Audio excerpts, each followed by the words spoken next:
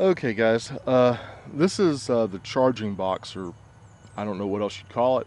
Uh, it's got my solar charge controller inside of it, as well as a couple of other little goodies, but it fits on top of the larger battery box that I was showing you earlier. And just to show you, it's largely it's an unmodified box. I have done a few things to it, cut a few holes in it, and I'll show you what those are. On the back side here, I've put in air vents on either end, and I have two Anderson connector panel mounts. The yellow one is for the solar input. Anything that involves solar, I always do yellow connectors with. The gray is the output from this box, and that output will come from the charge controller and go to the main battery box via a short umbilical. I've got about a 2-foot long umbilical cord. And moving this around, again, pretty much a standard box. I did put a couple of more vents in front.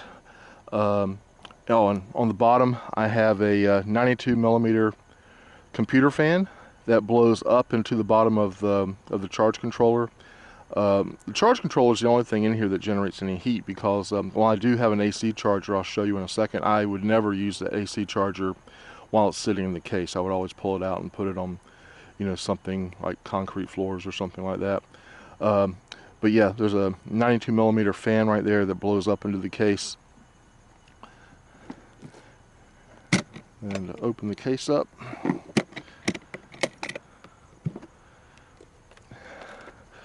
So there you've got the Epever 40 amp solar charge controller. Over here I've got a 60 amp, if I can get it out, have a 60 amp AC charger. Over here I have a converter from the solar connectors to the 50 amp Anderson connector, and I've got a power strip, and these are the cords for the AC charger right there. But this has worked real well. This clamps to the box, or the top of the battery box, via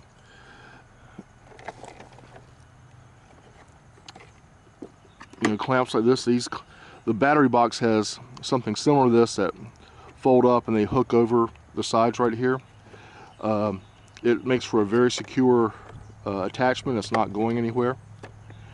And yeah, this has worked out well. This weighs about, I'm going to say about 12 to 15 pounds. I haven't weighed it, but something in the range of 12 to 15 pounds, so it's not too hard to carry around.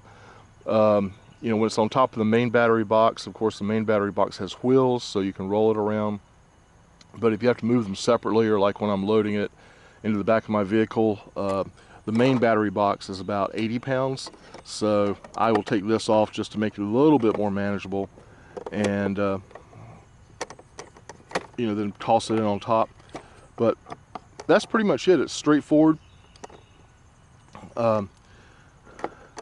This is the umbilical that goes from the AC charger, and all of my battery boxes have a red AC input connector on them, so I can charge any of the battery boxes with either this external charger or another external charger. If I'm building a battery box for a customer, I don't know exactly what they have available to them, but I make it work. But anyway, that's pretty much it. Nothing crazy, nothing dramatic here. It's just unusual to see a two-part